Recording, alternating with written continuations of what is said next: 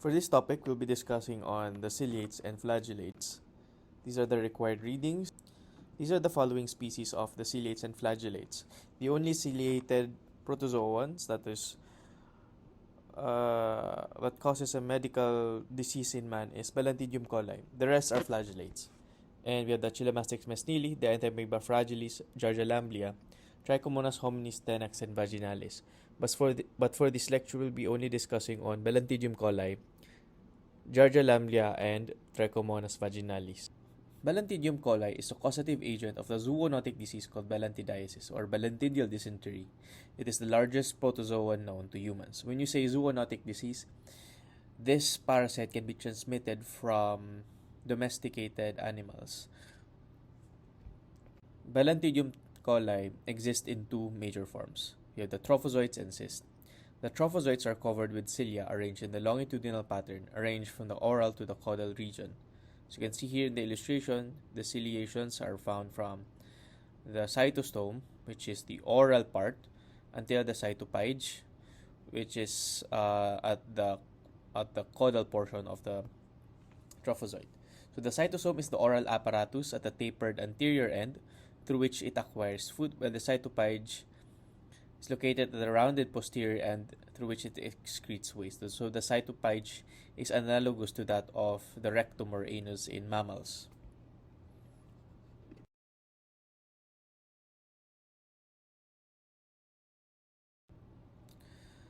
So for the typical characteristics of Balantidium coli, we have the following characteristics. It has a motility that is rotary or boring. It usually has two nuclei, a kidney-shaped macronucleus and a small spherical micronucleus. Other features, we have one or two visible contractile vacuoles, and the cytoplasm may contain food vacuoles and or bacteria. It has a small cytosome present and a layer of cilia around the organism. So this is the kidney bean-shaped macronucleus and a spherical micronucleus, which is typical to that of the trophozoites of Balantidium coli. For the cyst of the Balantidium coli, it also has a kidney-shaped macronucleus and a small spherical micronucleus, which may not be observable. A characteristic of Balantidium coli cyst is that it has a double-walled cyst, and a row of cilia is visible between the cyst walls of layerings of young cysts. Balantidium coli is transmitted fecal orally. It is found almost everywhere, and it is associated with poor sanitation and close contact with pigs or pigs' feces, and also overcrowding. Warm and humid climates in tropical and subtropical countries can also contribute in the survival of the cyst. So these are the intrinsic factors that is present in the host that may predispose a person in acquiring Balantidium coli. And the nutritional status, intestinal bacterial flora, achloridria, which is the decreased levels of chloride in the stomach, which result into a higher pH, therefore greater alkalinity of our stomach, alcoholism, and presence of chronic disease. The trophozoites of the Balantidium coli are capable of attacking the intestinal epithelium. It invades the submucosa and the muscular coat, including blood vessels and lymphatics. Ulceration can occur just like in Entamoeba stylitica, but they have a rounded base and wide neck. And the ulceration is caused by the lytic enzyme hyaluronidase, which is secreted by the trophozoites. And these trophozoites are abundant in exudates on mucosal surface, and the inflammatory cells and trophozoites are numerous in the base of the ulcer. So, Balantidium coli or balantidiasis has three forms in terms of its clinical manifestation. So, asymptomatic carriers are those who do not present with the symptom or diarrhea or dysentery but may serve as a reservoir for the parasite and it can be a potential source of infection in the community. Fulminant balantidiasis or balantidial dysentery, it involves diarrhea with blood and mucoid stool, which is sometimes a differential diagnosis, an important differential diagnosis of amoebic dysentery. For chronic balantidiasis, the usual clinical manifestation is that there's alternation of diarrhea and constipation and may be accompanied by non-specific abdominal symptoms like cramping. The abdominal cramping. The patient may also experience anemia and cachexia. When you say cachexia, it is the wasting of the muscles and fat resulting into weight loss. Balantidium coli is also notable in that it can spread to extraintestinal sites such as the mesenteric nodes, appendix, liver, genitourinary sites, pleura, and lung.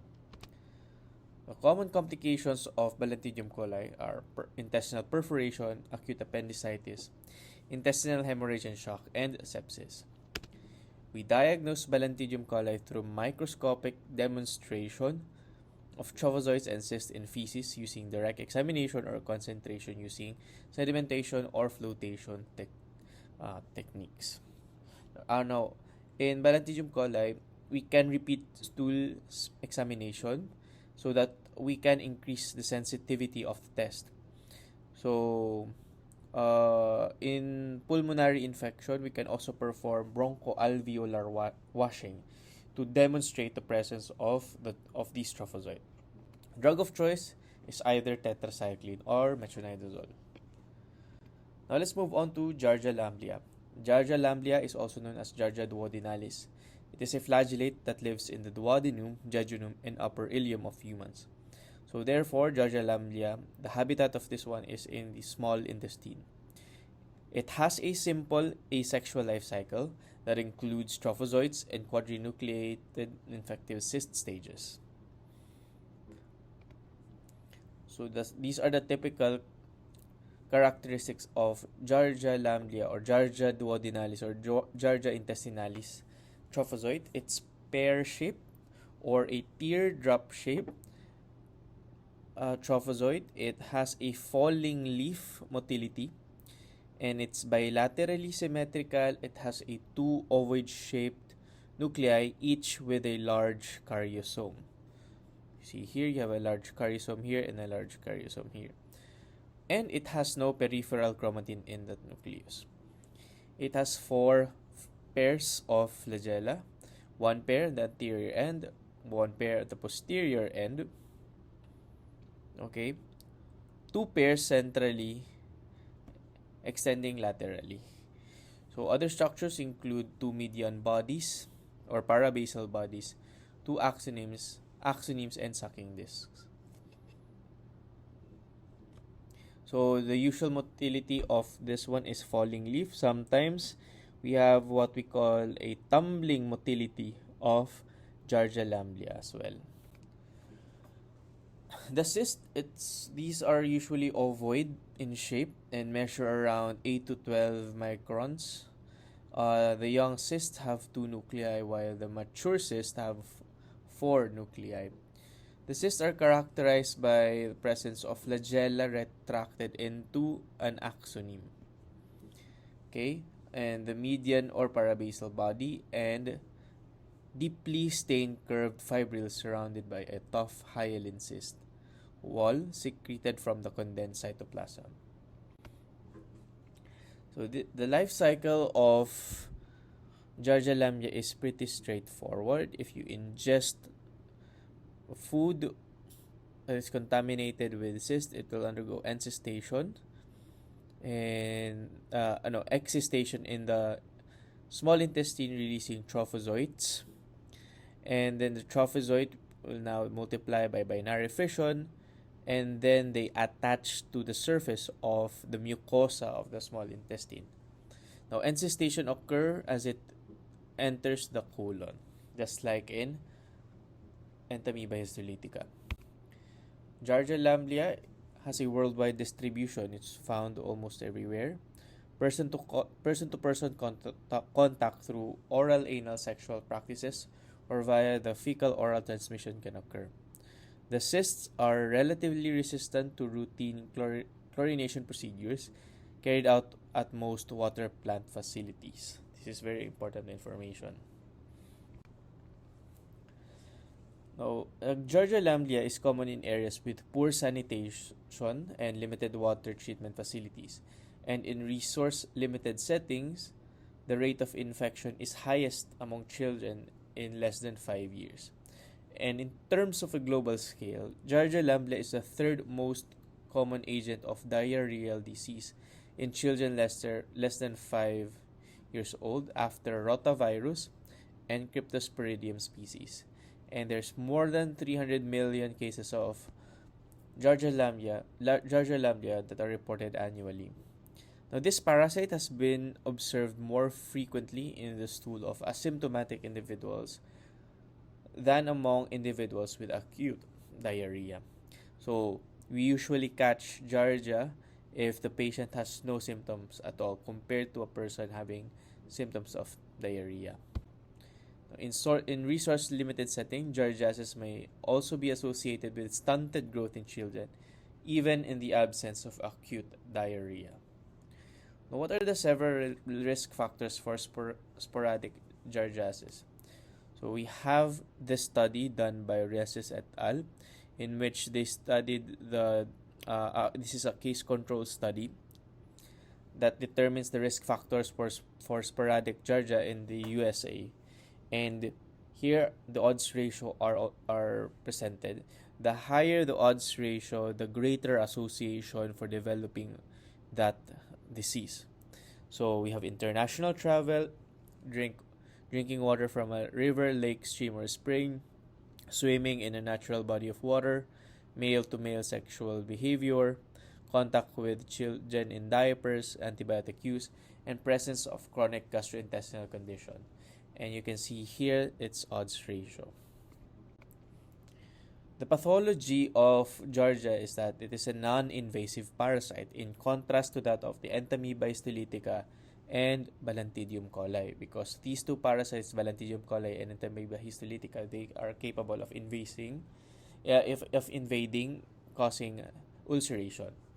But in Georgia lamblia, they have the ability to alter mucosal intestinal cells once it has attached to the apical portion of the enterocyte. Now, what is an enterocyte? The enterocyte are the individual cells of the lining of the epithelium of inside our small intestines. Now, our Georgia lamblia, it attaches to our intestinal cells via an adhesive sucking disc located on the ventral side of the parasite, which results into the mechanical irritation in the affected tissue. The parasite products may break the epithelial barrier, resulting to activated T lymphocytes, forming brush border to retract and resulting into the disaccharidases deficiency and epithelial malabsorption, leading to diarrhea. Now, going back from your anatomy and physiology, here you can see the enterocytes. The apical portion of the enterocyte contains several brush border, which are just cytoplasmic extensions. Now, in those brush borders, we have several enzymes that are involved in carbohydrate metabolism, in protein metabolism, and lipid metabolism. So it is actually attached in the cell membrane. Now, the parasite products, it can cause the disruption of these enzymes. They can remove these enzymes from the brush borders, resulting to malabsorption. So you don't have any proper digestion of your food, resulting to osmotic diarrhea.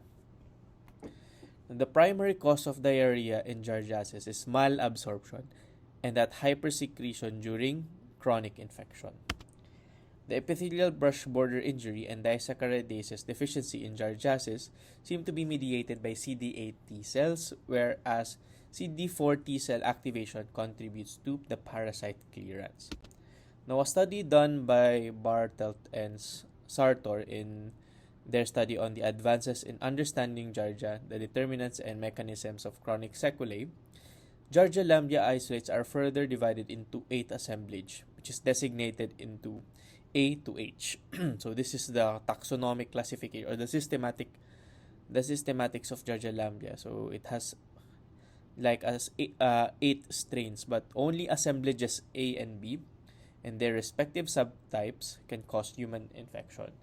And in experimental condition, the Georgia strain is the strongest predictor of disease outcome, and assemblage B isolates are more infectious.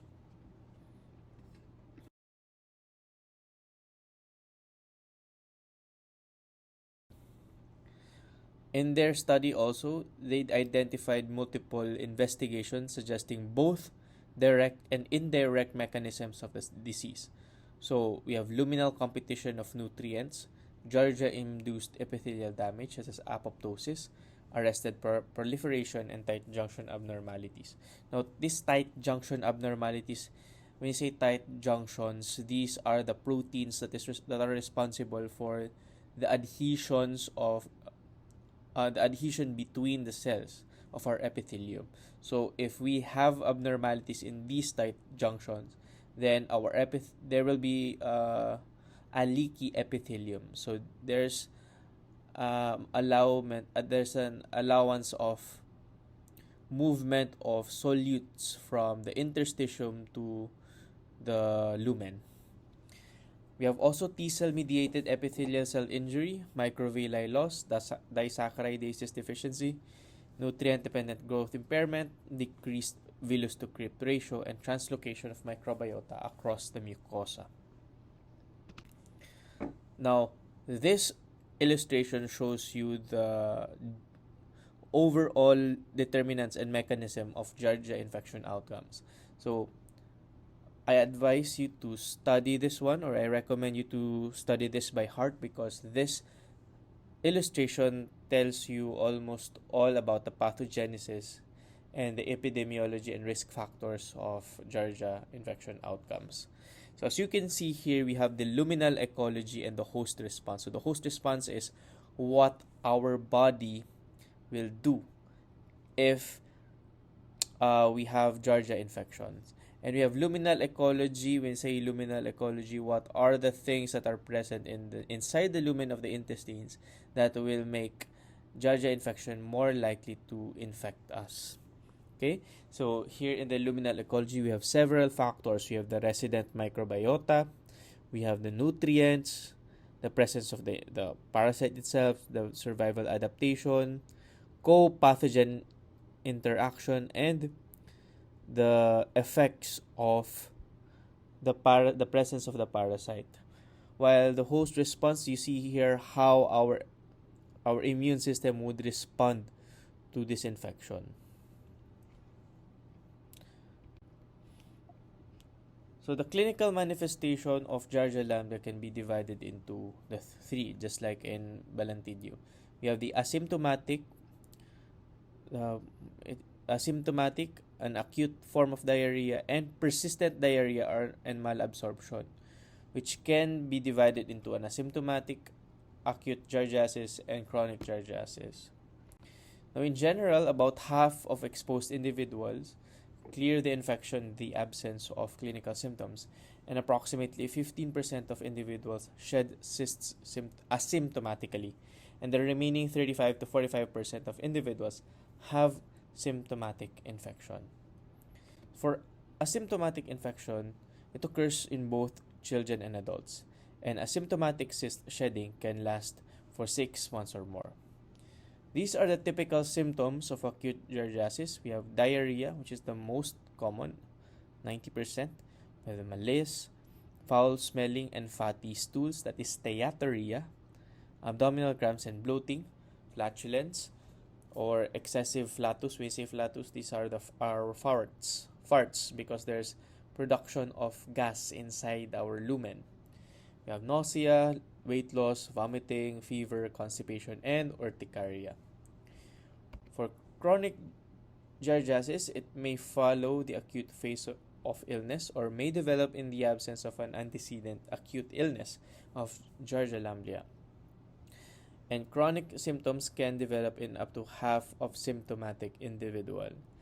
In one study of experimental infected individuals, 84% had a self-limited illness with a mean duration of 18 days, and the remainder became chronically infected. So there's only like 16% of risk of getting chronic giardiasis. The rest is will be self-limiting. When we say self-limiting, it will just go away. Your immune system will clear all of these parasites. The symptoms of chronic giardiasis is quite different from acute. So you have to differentiate if it's chronic or acute. For chronic giardiasis, it may present as loose stools but not as diarrhea. You have steatorrhea, profound weight loss. Okay, this is profound weight loss. Around 10 to 20% of body weight. That is pretty much significant. Malabsorption, stunted growth, malaise, fatigue, depression, abdominal cramping. Borborygmi, when we say borborygmi, this is the excessive bowel movement that you would hear if you listen to our bowel sounds through the use of a stethoscope. We have flatulence and frequent burping. Diagnostic modalities that we can adapt is microscopic examination, duodenojejunal aspirates, enterotest, antigen detection test, and direct fluorescent antibody assays. Please read all of these diagnostic modalities. Treatment are as follows. We have the options to use metronidazole, tinidazole, furazolidone, albendazole, and nitazoxanide. But the most common treatment that we use is metronidazole. Now let's move on to the Trichomonas vaginalis.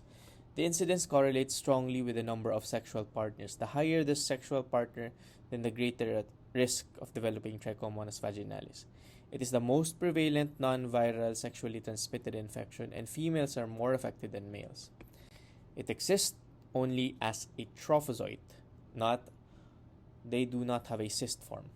It has a piriform shape, just like your Giardia lamblia, and it has a 4 free anterior flagella that appears to arise from a simple stalk, and a fifth flagellum embedded in the undulating membrane, and this membrane extends to about half of the organism's length. In terms of the pathology of Trichomonas vaginalis, it principally infects the squamous epithelium in the urogenital tract, the vagina, urethra, and paraurethral glands. Humans are the only natural host for Trichomonas vaginalis, and inflammation of the vaginal mucosa occurs several days after the inoculation of the trophozoites. They cannot live without close association with vaginal, urethral, or prostatic tissues, so they really require these tissues.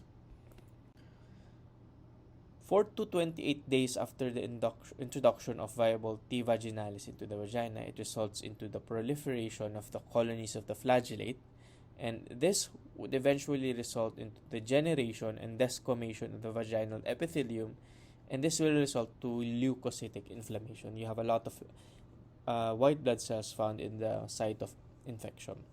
The trophozoites infect the surface but do not appear to invade the mucosa. The typical clinical manifestation of Trichomonas vaginalis is we have a purulent, malodorous, thin vaginal discharge associated with burning, pruritus, dysuria or pain in urination, urinary frequency. When we say urinary frequency, you pee a lot. Almost every hour or less than an hour, you have a lesser interval of urination, so you are urinating frequently. Lower abdominal pain or dyspareunia. When we say dyspareunia, it is pain during sexual intercourse. Symptoms may be worse during menstruation, and post-coital bleeding can occur. When we say post-coital bleeding, the bleeding occurs after sexual intercourse. In chronic infection of Trichomonas vaginalis, signs and symptoms are milder and may include pruritus and dyspareunia with scanty vaginal secretion. Up to 85% of infected individuals are asymptomatic, although many of these eventually develop symptoms. In men, asymptomatic, and it is in men. If a male person is infected with Trichomonas vaginalis, it would usually present as no symptoms. It can be asymptomatic in over three-quarters of cases, that is 75%, and often it is transient with spontaneous resolution within 10 days. But if a severe type of Trichomonas vaginalis infection that can occur in male, it is usually associated with prostatitis, or the inflammation of the prostate gland, balanopostesis, which is the inflammation of the glans penis, epididymitis, or the inflammation of the epididymis, infertility, and prostate cancer. This is the usual clinical manifestation of Trichomonas vaginalis in females. As you can see, that the vaginal discharge is thin. We have a thin, and it's usually frothy. When you say frothy, it has multiple bubbles. And you would see multiple punctations, hemorrhagic punctations of the cervix, forming strawberry cervix. Trichomonas vaginalis can be detected through presence of trichomonads on wet mount, but they are identified in only 60 to 70% of culture-confirmed cases. The motion is jerky, and spinning organism remain motile for 10 to 20 minutes after the collection of the sample. So they have a jerky movement, and the slide should be evaluated as soon after obtaining the specimen, as sensitivity decreases over time, with up to 20% decrease reported 1 hour after collection. So this is the typical appearance of the Trichomonas vaginalis. So I'll play. So you see a jerking motility of the trichomonads. So this is the trophozoite form.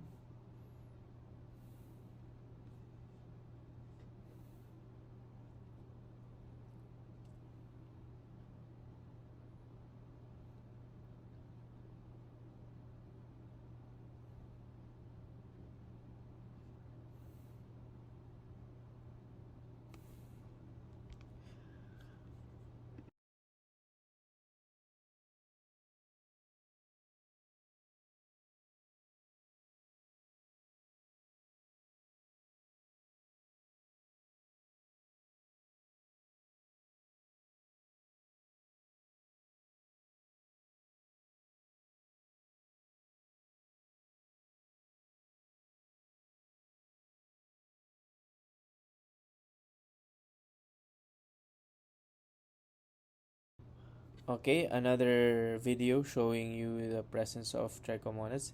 You see here a jerking motion of the trophozoites.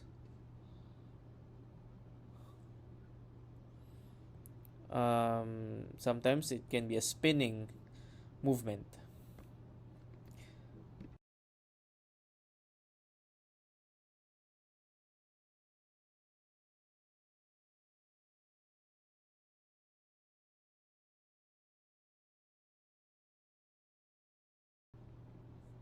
Now, nucleic acid amplification test, or NAATs, detect RNA by transcription-mediated amplification, which can be done through PCR or reverse transcriptase PCR. These tests are highly sensitive and specific, and have become the accepted gold standard for the diagnosis of T. vaginalis. So this is the most updated information about T. vag diagnosis. It's not anymore culture. In your book, it says their culture remains the gold standard.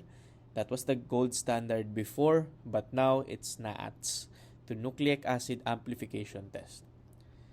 Treatment of Trichomonas vaginalis is metronidazole or tinidazole, and the sexual partners must be treated concomitantly to prevent reinfection. And if metronidazole treatment failure occurs and reinfection is ruled out, a 7-day regimen of 500 milligrams metronidazole 3 times a day may be done.